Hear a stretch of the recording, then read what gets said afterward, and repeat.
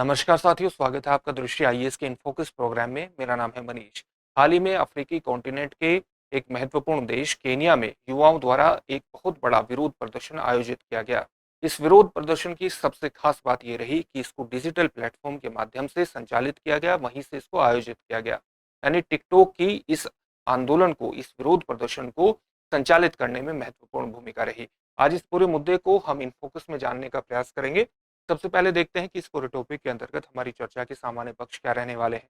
सबसे पहले हमने उस खबर को जान लिया है जिसके कारण ये पूरा टॉपिक चर्चा में है। इसको थोड़ा सा और विस्तार में जानेंगे, फिर देखेंगे कि ये जो केन्या में विरोध प्रदर्शन हो रहा है, इसके पीछे इसकी जो मुख्य वजह है वो एक विवादास्पद वित्त विधेयक है। तो ये वित्त विधेयक क्या है, इसको जानने के बाद देखेंगे कि किस प्रकार से इसके खिलाफ जो विरोध प्रदर्शन है उसको आयोजित करने में, संचालित करने में टिकटॉक की मुख्य भूमिका रही, और साथ ही इसी के माध्यम से संसद तक मार्च भी आयोजित किए गए। इस पूरे आंदोलन का डिजिटल प्लेटफॉर्म के माध्यम से जो संचालन आंदोलन का हुआ, विरोध प्रदर्शन का हुआ, इससे केन्याई समाज पर इसका क्या व्यापक प्रभाव हमें देखने को मिलता है, उस पक्ष को जानने के बाद आपके लिए एक अभ्यास प्रश्न भी होगा, जिसके जिसका उत्तर आपको कमेंट बॉक्स में कमेंट करके देना होगा। ये जो पूरा विषय है यूपीएससी की मुख्य परीक्षा के सामान्य अध्ययन प्रश्न पत्र 2 से जुड़ता है, उसके अंतर्राष्ट्रीय संबंध खंड से जोड़ करके आप इसे देख सकते हैं।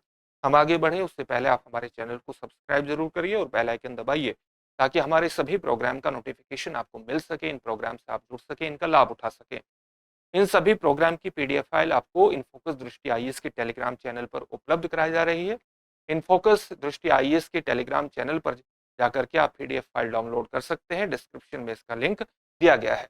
तो सबसे पहले खबर को विस्तार से जानने का प्रयास करते हैं। अगर आप अफ्रीकी कॉन्टिनेंट में, अफ्रीका के कॉन्टिनेंट में केनिया की अवस्थिति को जानना चाहते हैं, तो केनिया की अवस्थिति यहाँ पर पड़ती है। ये केनिया है, और अगर इसकी सीमाएं देखें तो उत्तर में इथोपिया से लगती है, पूर्व में सोमालिया से, दक्षिण पूर्वी हिस्सा इसका अरब सागर से लगता है, और दक्षिण पश्चिमी हिस्सा तंजानिया से लगता है, और जो पश्चिमी हिस्सा है इसका युगांडा से लगता है। तो केनिया एक महत्वपूर्ण देश है अफ्रीकी महाद्वीप का। इसका महत्व आप इससे आंक सकते हैं कि केनिया अफ्रीकी महाद्वीप की 7वीं सबसे बड़ी इकोनॉमी है। जैसे अफ्रीकी महाद्वीप की सबसे बड़ी इकोनॉमी कौन सी है, साउथ अफ्रीका है, जिसका साइज है नॉमिनल जीडीपी के हिसाब से लगभग $373 बिलियन, और 7वीं सबसे बड़ी इकोनॉमी है केनिया, जिसका साइज है लगभग $104 बिलियन। लेकिन केनिया की जो सबसे बड़ी समस्या यह है कि केनिया की नॉमिनल जीडीपी का आकार $104 बिलियन है, लेकिन वहां पर जो सार्वजनिक ऋण है वो उसकी टोटल जीडीपी का लगभग 68% हो चुका है। जबकि आईएमएफ और वर्ल्ड बैंक द्वारा ये सजेस्ट किया जाता है, ये सुझाव दिया जाता है कि आपका सार्वजनिक ऋण आपकी जीडीपी के 55% से अधिक नहीं बढ़ना चाहिए। तो जाहिर सी बात है कि ये जो प्रतिशत है पब्लिक ऋण का, सार्वजनिक ऋण का, ये बेहद ज्यादा बढ़ चुका है। और इसी को मैनेज करने के लिए, इसका प्रबंधन करने के लिए हाल ही में केनिया में जो वित्त विधेयक पेश किया गया था, उसमें कुछ एसेंशियल कमोडिटीज पर, कुछ आवश्यक वस्तुओं पर भी कर लगा दिए गए, कर को बढ़ाने के लिए, ताकि इस ऋण को मैनेज किया जा सके। और इसी के खिलाफ ये विरोध प्रदर्शन हुआ है। तो खबर हमारी यही है कि केनिया में हाल ही में विरोध प्रदर्शन हुए। सरकार द्वारा ईंधन, आवास और अन्य आवश्यक वस्तुओं पर कर बढ़ाने के प्रस्ताव वित्त विधेयक के माध्यम से पेश किए गए।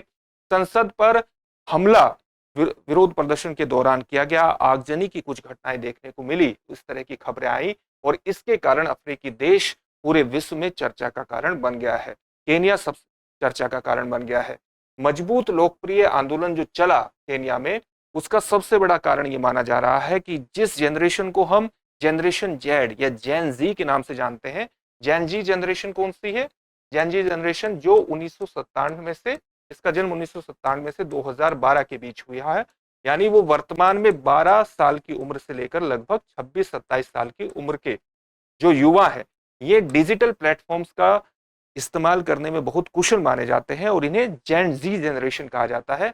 तो इन्होंने अपने क्रिएटिविटी का प्रयोग डिजिटल माध्यम से करके कुछ इस तरह की पोस्ट इस फाइनेंस बिल के वित्त विधेयक के खिलाफ किए, जो बेहद ज्यादा लोकप्रिय हुए, और वो ही केनिया में एक बहुत बड़े विरोध प्रदर्शन का आधार बन गया।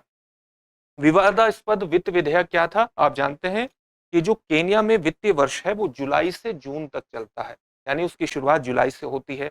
नए वित्तीय वर्ष की शुरुआत से पहले संसद में एक वित्त विधेयक पेश किया जाता है, और विधेयक आने वाले वित्तीय वर्ष के लिए सरकार की वित्तीय योजनाओं को प्रस्तुत करता है, उन योजनाओं के बारे में बताता है। केन्याई सरकार का इस वित्तीय विधेयक के माध्यम से जो लक्ष्य था, वो था बजट घाटे को दूर करना, बजट घाटे को कम करना और राज्य उधारी को कम करने के लिए करों के माध्यम से अतिरिक्त $2.7 बिलियन जुटाना। तो $2.7 बिलियन जुटाने के लिए इसने रोटी, वेजिटेबल ऑयल और चीनी जैसी बुनियादी वस्तुओं पर भी अतिरिक्त कर लगा दिए। और जैसा कि आप जानते हैं कि ये बहुत ही बुनियादी वस्तुएं हैं और इसलिए लोगों द्वारा इनका विरोध किया गया और लोगों ने इनका जो विरोध की शुरुआत हुई वस्तुतः वो टिकटॉक के माध्यम से ही हुई। सबसे पहले लोगों का गुस्सा कहां पर फूटा? टिकटॉक पर ही फूटा। युवाओं ने कंटेंट क्रिएटर्स, आप कह सकते हैं कि कंटेंट की क्रिएटिविटी का प्रयोग करते हुए तरह तरह के छोटे वीडियो बनाए और अब उन वीडियो को अपने जीवन की सामान्य घटनाओं से जोड़ दिया, अपने जीवन की व्यक्तिगत घटनाओं से जोड़ दिया, जिससे उसमें एक भावनात्मक पुट भी, एक भावनात्मक आयाम भी जुड़ गया। धीरे धीरे ये छोटे छोटे वीडियो क्लिप क्या हुआ, फेसबुक, इंस्टाग्राम और एक्स, जो कि पहले ट्विटर के नाम से जाना जाता था, इस तरह के प्लेटफॉर्म पर भी फैलते चले गए। लोगों ने व्यक्तिगत कहानियों के माध्यम से इस पूरे मुद्दे को समझने का प्रयास किया और बिल के खिलाफ रैली करना उनके पक्ष में क्यों है, ये उन्हें धीरे धीरे समझ में आता चला गया। टिकटॉक ने प्रदर्शनकारियों को रचनात्मक रूप से अपनी असहमति को व्यक्त करने का एक प्लेटफॉर्म प्रदान कर दिया और अलग अलग शिकायतों को तरह तरह से अभिव्यक्त किया जाना लगा। जैसे प्लेटफॉर्म पर किसी अलग अलग तरह के हैशटैग चलाए गए, जिनमें एक हैशटैग था hashtag occupy parliament, hashtag reject finance bill 2024, इस तरह के हैशटैग चलाए गए और इन्होंने बहुत तेजी से गति पकड़ ली। साथ ही ये जो पूरा विरोध प्रदर्शन किया गया, ये एक बैनर तले किया गया जिसका नाम था 7 डेज ऑफ रेज। आप कह सकते हैं कि गुस्से के 7 दिन, इसके बैनर के तले ये पूरा आंदोलन चलाया गया। विरोध प्रदर्शन ये जो पूरा विरोध प्रदर्शन ऑनलाइन प्लेटफॉर्म पर चलाया गया, ये केवल ऑनलाइन तक ही सीमित न रहे, बल्कि इसको सक्रियता प्रदान की जा सके सड़कों पर, इसका भी एक तरह से प्रयास किया गया, इसे सुनिश्चित करने का प्रयास किया गया। और यही कारण है कि धीरे धीरे विरोध प्रदर्शन जब संगठित होता चला गया सड़कों पर, विरोध प्रदर्शनों को कहां पर तय किया गया? डिजिटल प्लेटफॉर्म के माध्यम से ही टिकटॉक जैसे और ट्विटर जैसे प्लेटफॉर्म पर उसके स्थान को तय करने का प्रयास किया गया, उसकी तारीख को तय करने का प्रयास किया गया, समय को तय करने का प्रयास किया गया। इसलिए पुलिस की निगरानी से बचने के लिए, पुलिस की निगरानी से बचना और उससे सुरक्षा हासिल करना, उससे सुरक्षा सुनिश्चित करना थोड़ा सा आसान होता चला गया, क्योंकि सारी चीजें ऑनलाइन प्लेटफॉर्म पर ही तय होती थी। विरोध प्रदर्शनों की सहजता ऑनलाइन प्लेटफॉर्म पर और इसकी डिसेंट्रलाइज्ड नेचर के कारण, विकेंद्रीकृत प्रकृति के कारण अधिकारियों के लिए आंदोलन का प्रतिकार करना बेहद मुश्किल होता चला गया और युवाओं ने संसद तक मार्च भी आयोजित कर दिया, जिसमें कुछ, और संसद तक मार्च में वो पुलिस से भी भड़ गए, जिसमें कुछ आगजनी की घटनाएं भी संसद में हमें देखने को मिलती हैं। विरोध प्रदर्शन के जो वीडियो हैं, उसकी जो तस्वीरें हैं, वो पुलिस के द्वारा की गई कार्रवाई, जैसे आंसू गैस की कार्रवाई और पुलिस के साथ झड़पों के साथ फिल्माई गई थी और धीरे धीरे फैलती चली गई, जिन्होंने युवाओं के साहस को, उनके दृढ़ संकल्प को प्रदर्शित किया और इससे आंदोलन को और ज्यादा ट्रैक्शन मिलता चला गया, उसको और ज्यादा बल मिलता चला गया। ये सारे जो विरोध प्रदर्शन है, इसमें युवाओं की अभूतपूर्व भागीदारी देखी गई, जो पहले एक प्रकार से आप कह सकते हैं कि राजनीतिक प्रक्रियाओं से विमुख रहते थे। तो राजनीतिक प्रक्रियाओं से युवाओं को, केन्या के युवाओं को जोड़ने में भी इस आंदोलन की विशिष्ट भूमिका रही। तो टिकटॉक के माध्यम से विरोध प्रदर्शन किए गए और संसद तक मार्च भी आयोजित किया गया।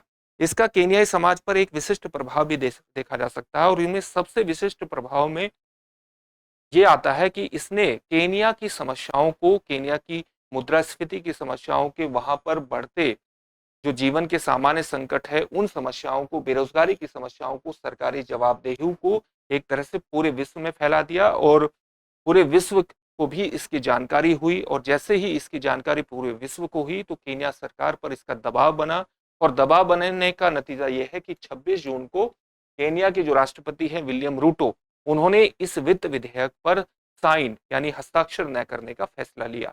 तो आप देख सकते हैं कि युवाओं को, जो राजनीति से विमुख हो चुके थे, पुनः सक्रिय राजनीति में लाने में ये सफल रहा है। केन्या की सामाजिक आर्थिक चुनौतियों की ओर इसने पूरे विश्व का ध्यान आकर्षित किया है और टिकटॉक और ट्विटर जैसे प्लेटफॉर्म पर विरोध प्रदर्शनों की दृश्यता ने वैश्विक सक्रियता की परस्पर संबद्धता, यानी आप कह सकते हैं कि अगर किसी देश में विरोध प्रदर्शन किसी समस्या को लेकर के हो रहा है, तो उस समस्या को आप केवल उस देश तक ही सीमित नहीं रख सकते, बल्कि बाहर भी उसका समर्थन जा सकता है और वहां की सरकार पर, जो स्थानीय सरकार है, उस पर दबाव पड़ सकता है। ये इसका एक महत्वपूर्ण उदाहरण है कि किस प्रकार से टिकटॉक के माध्यम से जो विरोध प्रदर्शन हुए उसने अंतर्राष्ट्रीय ध्यान और समर्थन प्राप्त किया। आप कह सकते हैं कि डिजिटल जनरेशन जो है वो न केवल ऑनलाइन माध्यम से आपस में जुड़ सकती है, बल्कि उस ऑनलाइन सक्रियता को एक भौतिक सक्रियता, एक फिजिकल एक्टिविटी में भी तब्दील कर सकती है, और यह आंदोलन उसका एक बहुत बड़ा उदाहरण है। इससे संबंधित एक प्रश्न देखेंगे, लेकिन उससे पहले आपके लिए एक सूचना है। दृष्टि IAS current affairs module course 2024 live online form में शुरू कर रहा है। इसमें एडमिशन प्रारंभ हो चुके हैं और इसका जो बैच है, इसमें जो कक्षाएं हैं वो 6 जुलाई से प्रारंभ होगी। अधिक जानकारी के लिए आप इस नंबर पर कॉल कर सकते हैं। आज का प्रश्न देखते हैं। प्रश्न क्या है? हाल ही में अफ्रीकी महाद्वीप के किस देश में विवादास्पद वित्त विधेयक व्यापक विरोध प्रदर्शनों का कारण बना? आपके ऑप्शंस हैं दक्षिण अफ्रीका, इथोपिया, तंजानिया या केन्या। इस प्रश्न का उत्तर आप हमें कमेंट बॉक्स में कमेंट करके जरूर दीजिए। फिर से एक नए सेशन में आपसे मुलाकात होगी। धन्यवाद।